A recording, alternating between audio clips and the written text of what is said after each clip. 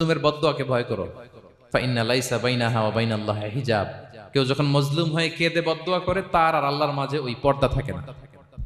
বদদোয়া করছে ডাইরেক্ট কবুল। খবরদার আমার পেনাঙ্গের ভাইয়েরা, আমরা যেন জালিম না হই।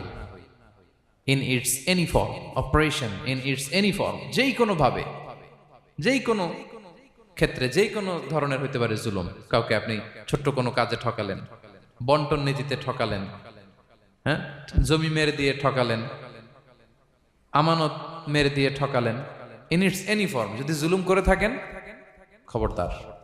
মজলুমের কান্না কখনো বৃথা যায় না। মজলুমের কান্না কখনো বৃথা যায় না। জীবনের কোনো না কোনো সময়ে এর প্রায়শ্চিত্ত আপনাকে করতে হবে। জীবনের কোনো না কোনো সময়ে এর প্রায়শ্চিত্ত করে আপনাকে মরতে হবে।